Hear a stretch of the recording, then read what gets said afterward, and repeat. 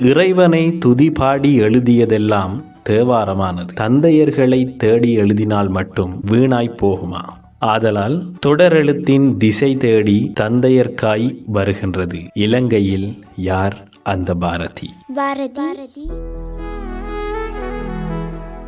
என் தந்தை வாழ்க்கை போராகவும் பற்பல ஆசான்கள், யாரும் தந்தைக்கு நிகரில்லை. தந்தை பெண் குழந்தைக்கு முதல் உரிமை கொள்ளும் ஆண், ஆண் குழந்தைக்கு அதிசயத்து பார்க்கும் வான்.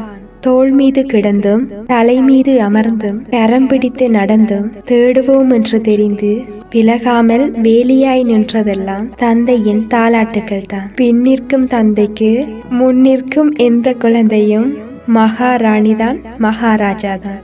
அன்னையர் தினத்துக்கு ஊற்றெடுத்த கவிதை வரிகள் தந்தையர் தினத்தில் உருகி உறைந்து போய் நிற்கின்றது. காரணம், ஏதும் செய்யென்று அன்னையிடம் கேட்டது நான், யாதும் செய்யென்று என்னிடம் சொன்னது தந்தை.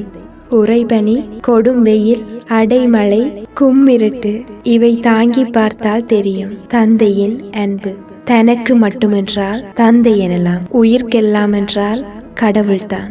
காணாத உறவையும் கண்ணுக்குள் வைத்து குழந்தையாய் பார்க்கும் காக்கும் கடவுளுக்கு நிகராய் எவ்வுறவை வைத்தாலும் அவை அனைத்தும் அடுத்தவைதான்.